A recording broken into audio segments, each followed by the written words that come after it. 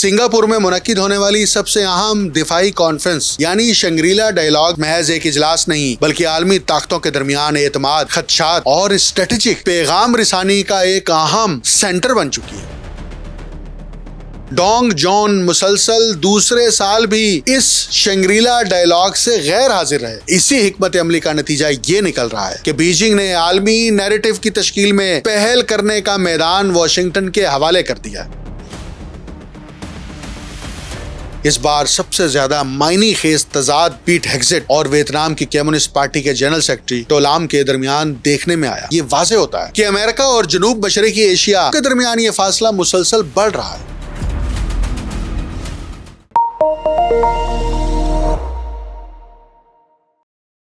आप देख रहे हैं untold story with doctor Akmal Soomro. जनूब मशरकी एशिया के उमूर पर नजर रखने वाले मुबस्सिरीन हर साल सिंगापुर में मुनक्किद होने वाली सबसे अहम दिफाई कॉन्फ्रेंस यानी शंग्रीला डायलॉग में अमेरिका और चीन के मुतज़ाद मौक़िफ़ सुनने के आदी हैं। ये कॉन्फ्रेंस, जिसे बाज़ाब्ता तौर पर शंग्रीला डायलॉग कहा जाता है, 2002 में बरतानिया के think tank international institute for strategic studies ने शुरू की थी। इसका मकसद एशिया पैसिफिक में बढ़ती हुई स्ट्रेटेजिक बेयकीनी के दौर में एक ऐसा आला सतही प्लेटफॉर्म फराहम करना था जहां खित्ते की बड़ी ताकतें, छोटी रियासतें और आलमी स्ट्रेटेजिक पॉलिसी साज एक ही मेज़ पर आकर दिफाई, सिक्योरिटी और स्ट्रेटेजिक मामलात पर खुलकर बात कर सकें। इब्तदाई तौर पर इस कॉन्फ्रेंस में अमेरिका, चीन, भारत, जापान, ऑस्ट्रेलिया, जनूबी कोरिया और जनूब मशरकी एशियाई ममालिक की शमूलियत ने इसे एक नीम आलमी सलामती पार्लियामेंट की हैसियत दे दी। वक्त के साथ साथ ये फोरम सिर्फ एशियाई नहीं रहा बल्कि यूरोपीय यूनियन के ममालिक, मशरिक़ वस्ता के ममालिक और आलमी दिफाई इदारों के आला हुक्काम भी इसका हिस्सा बनने लगे। आज ये कॉन्फ्रेंस महज एक इजलास नहीं बल्कि आलमी ताकतों के दरमियान एतमाद, खदशात और स्ट्रेटेजिक पैगाम रिसानी का एक अहम सेंटर बन चुकी है, जिसके ऐलानात अक्सर आलमी मंडियों, दिफाई बजटों और सिफारती सफ़बंदियों पर गहरे असरात मुरतब करते हैं। 29 से 31 मई तक मुनक्किद होने वाली इस कॉन्फ्रेंस में मुख्तलिफ ममालिक के आला हुक्काम, वज़राए दिफा, अस्करी क़यादत और स्ट्रेटेजिक तज्ज़ियाकार शरीक हुए। ताहम चूँकि चीन के वज़ीर दिफा डोंग जॉन मुसलसल दूसरे साल भी इस शंग्रीला डायलॉग से गैर हाजिर रहे, इसलिए सबसे नुमाया इख्तलाफ अमेरिका और चीन के दरमियान रवायती महाज आराई की सूरत में सामने नहीं आया। चीन के वज़ीर दिफा डोंग जॉन की गैर मौजूदगी बीजिंग के लिए एक सुनहरी मौके को ज़ाया करने के मुतरादिफ साबित हुआ। ऐसा मौका जिसके ज़रिए चीन अपना मुतबादिल आलमी बयानिया मौसर अंदाज में पेश कर सकता था। हकीकत यह है कि बीजिंग की इस फोरम में दिलचस्पी हमेशा नीम दिली की हद तक महदूद रही है। अगरचे चीन माजी में इसके मुख्तलिफ सेशंस में शरीक होता रहा है, ताहम इसका अमूमी तासुर यही रहा है कि ये प्लेटफॉर्म मगरबी नैरेटिव को तक़वियत देता है, जबकि चीन के अपने नुक्ता नज़र को सानवी हैसियत में रखता है। इसी बिना पर बीजिंग अपनी हिकमत अमली के लिए ज़्यादातर शंगशान फोरम पर इन्हिसार करता है, जहां वो न सिर्फ अपना एजेंडा खुद तरतीब देता है बल्कि मगरबी बयानियों के ख़िलाफ़ मौसर जवाबी मौक़िफ़ भी पेश करता है।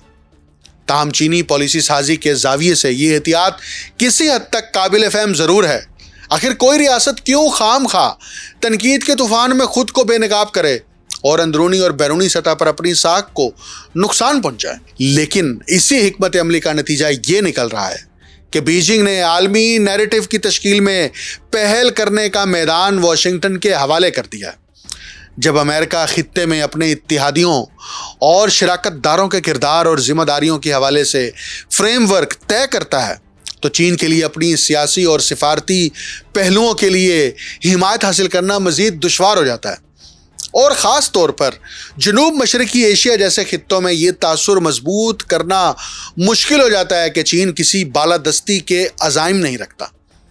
इसी तरह जापान के वज़ीर दिफा की जानिब से नई अस्करियत पसंदी के चीनी इल्ज़ाम को सख्ती से रद्द करते हुए इस शंग्रीला डायलॉग में ये कहा गया कि चीन और जापान की अस्करी सलाहियतों का तकाबली हवाला देना भी बीजिंग के लिए एक और ज़ाय शुदा मौका था। ऐसा मौका जिसके जरिए वो अपनी डिस्कोर्स पावर को मौसर अंदाज में इस्तेमाल कर सकता था और न सिर्फ हामियों बल्कि शकूक रखने वाले हलकों को भी कायल कर सकता था। एक तरफ वो मुल्क है यानी चीन, जिसके पास वसी जोरी हथियार और स्ट्रेटेजिक बम्स मौजूद हैं, जबकि दूसरी तरफ जापान के पास ये दोनों सलाहियतें नहीं हैं। फिर भी इसे नई अस्करियत पसंदी का हामिल करार दिया जाता है। इस बार सबसे ज़्यादा मायने खेज तजाद वो अमरीकी वजीर जंग पीट हेग्सेट और वियतनाम की कम्युनिस्ट पार्टी के जनरल सेक्रेटरी टो लाम के दरमियान देखने में आया। और ये शंग्रीला डायलॉग के अंदर इन दोनों के खिताबात जो हैं वो कलीदी खिताबात बन गए। ये अमर भी काबिल ज़िक्र है कि शंग्रीला डायलॉग में सिर्फ बड़ी ताकतें नहीं बल्कि आसियान के रुकन ममालिक जैसे Indonesia, Malaysia, Singapore, Thailand, Philippine, Vietnam, Laos, Cambodia, Brunei और म्यांमार भी मरकज़ी किरदार अदा करते हैं। इसके अलावा इंडिया, जापान, ऑस्ट्रेलिया, बरतानिया, फ्रांस और जर्मनी जैसे ममालिक भी इसके मुस्तकिल शुरका में शामिल हैं, जो इसे एक हकीकी मल्टीपोलर स्ट्रेटेजिक फोरम बनाते हैं। यही वजह है कि इस कॉन्फ्रेंस के मुबाहिस महज बयानात नहीं रहते बल्कि आलमी सियासी मईशत के बड़े रुझानात का पेशे खैमा साबित होते हैं। अगर पीट हेग्सेट और टो लाम की तकारीर को एक साथ पढ़ा जाए तो ये वाज़ेह होता है कि अमेरिका और जनूब मशरक़ी एशिया इलाकाई सिक्योरिटी को किस नज़र से देखते हैं और इनसे क्या तवक्कुआत वाबस्ता रखते हैं, और इन दोनों के दरमियान ये फासला मुसलसल बढ़ रहा है। टो लाम ने अमन और तरक्की के तहफ़्फ़ुज़ के लिए रूल्स बेस्ड ऑर्डर को बरकरार रखने पर जोर दिया, जबकि हेग्सेट की तकरीर में अमरीकी अस्करी ताकत और इत्तेहादी ममालिक के बढ़ते हुए दिफाई अखराजात का जिक्र नुमाया रहा। टो लाम ने अपनी तकरीर में बेकाबू कंपटीशन के खतरात से खबरदार करते हुए ममालिक पर जोर दिया कि वो अमन, एतमाद और तरक्की के लिए बाहमी ताउन को फ़रोग़ दें।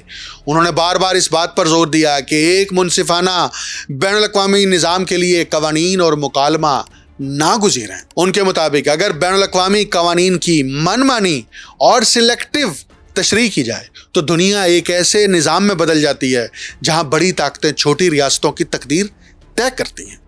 इस तनाजुर में उन्होंने वियतनाम को कवायद पर मबनी आलमी निज़ाम के एक जिम्मेदार मुहाफ़िज़ के तौर पर पेश किया। इसके बरक्स पीट हेग्सेट ने पुराने आलमी निज़ाम के ख्याली और यूटोपियाई आइडियलिज़म को तनकीद का निशाना बनाया और कहा कि अब अमेरिका अमीर ममालिक के दिफाई अखराजात का बोझ अकेले उठाने का मुतहम्मिल नहीं हो सकता। उनके मुताबिक सदर ट्रंप चाहते हैं कि अमेरिका के इत्तेहादी अपनी सिक्योरिटी के लिए ज़्यादा माली और अस्करी जिम्मेदारी खुद उठाएं। चीन के हवाले से हेग्सेट का लहजा गुज़िश्ता साल के निस्बतन नुमाया तौर पर मुख्तलिफ था। पिछले साल उन्होंने ताइवान पर मुमकिना हमले के ख़तरे को उजागर किया था, लेकिन इस साल उन्होंने गैर मामूली तौर पर नरम लहजा इख्तियार करते हुए कहा कि सदर ट्रंप की लीडरशिप में अमेरिका और चीन के ताल्लुकात कई बरसों में अपनी बेहतरीन सतह पर हैं। उन्होंने कंस्ट्रक्टिव स्ट्रेटजी स्टेबिलिटी के तस्वुर की भी हिमायत की और इस साल अपनी तकरीर में ताइवान का कोई जिक्र नहीं किया। ये तब्दीली एक बुनियादी तजाद को बेनकाब करती है। एक तरफ चीन के बारे में निस्बतन नरम सिफारती लहजा इख्तियार किया जा रहा है, जबकि दूसरी तरफ इत्तेहादियों से ये मुतालबा बढ़ रहा है कि वो अपने दिफाई अखराजात को GDP के 3.5% तक ले जाएं। ऐसे वक्त में जब वाशिंगटन खित्ते में अपने स्ट्रेटेजिक वादों पर नजरसानी के इशारे दे रहा है, ये पॉलिसी जनूब मशरकी एशिया के बेशतर ममालिक को एक मुश्किल और गैर यकीनी सूरत हाल में धकेल देती है। दिफाई बजट में इजाफा लामोहला चीन के इस मौक़िफ़ को तक़वियत देता है कि इसे अस्करी तौर पर घेरने की कोशिश की जा रही है, जिसके नतीजे में खित्ते में असले की दौड़ मज़ीद तेज़ हो सकती है। यूँ अमेरिका एक ऐसे वक्त में अस्करी मुसाबकत को हवा दे रहा है जब इसकी आलमी क़यादत पर पहले ही सवालात उठ रहे हैं, ख़ुसूसन इस बिना पर कि वाशिंगटन अपनी तवज्जो का बड़ा हिस्सा मशरिक़ वस्ता और वेस्टर्न हेमिस्फेयर की तरफ मुंतकिल कर रहा है। हेग्सेट ने शंग्रीला कॉन्फ्रेंस के शुरका को यकीन दिलाने की कोशिश की कि अमेरिका एक हकीकी और मुस्तहकम तवाज़ुन चाहता है, जहां कोई भी रियासत बशमूल चीन अपनी बालादस्ती मुसल्लत ना कर सके। ताहम आलमी पॉलिसी साज और तज्ज़ियाकार अल्फाज से ज़्यादा अमली इक़दामात को अहमियत देते हैं। ट्रंप इंतज़ामिया के यकतरफ़ा और बाज़ औक़ात गैर मुतवक्के इक़दामात ने इस तासुर को मज़ीद मजबूत किया है कि अमेरिका पहले जैसा काबिल एतमाद आलमी ज़ामन नहीं रहा। جنوب مشرقی ایشیا کے بہت سے لیڈر پہلے ہی اس امکان پر غور کر رہے ہیں کہ انہیں اپنے دفاعی ڈھانچے میں زیادہ خود انحصار اختیار کرنا ہوگی۔ ایسے میں یہ سوال شدت اختیار کرتا جا رہا ہے کہ اگر واشنگٹن مکمل ضمانت دینے کے لیے تیار نہیں تو پھر دفاعی اخراجات میں بڑے پیمانے پر اضافہ کس حد تک دانش مندانہ ہے۔ شنگری لا ڈائیلاگ کے مباحث ایک ایسے عالمی نظام کی عکاسی کرتے ہیں جو تیزی سے پوسٹ ہیجمنک دور کی طرف بڑھ رہا ہے، جہاں طاقت کا مرکز یونی پولر ڈھانچے سے نکل کر ملٹی پولر توازن میں بکھر رہا ہے۔ جدید بین الاقوامی تعلقات کے ماہرین، خصوصاً وہ جو ایشیا پیسیفک کی اسٹریٹجک تبدیلیوں پر تحقیق کرتے ہیں، اس بات پر متفق دکھائی دیتے ہیں کہ اب عالمی سیاست صرف عسکری طاقت کے توازن کا نام نہیں رہی، بلکہ یہ معاشی انحصار، سپلائی چینز، ٹیکنالوجیکل خود مختاری اور ادارہ جاتی اعتماد کے پیچیدہ جال میں تبدیل ہو چکی ہے۔ اسی تناظر میں جنوب مشرقی ایشیا ایک اسٹریٹجک سوئنگ ریجن کے طور پر ابھرتا ہے، جو چین کی بڑھتی ہوئی معاشی کشش اور امریکہ کی سیکیورٹی ضمانتوں کے درمیان مسلسل توازن تلاش کر رہا ہے۔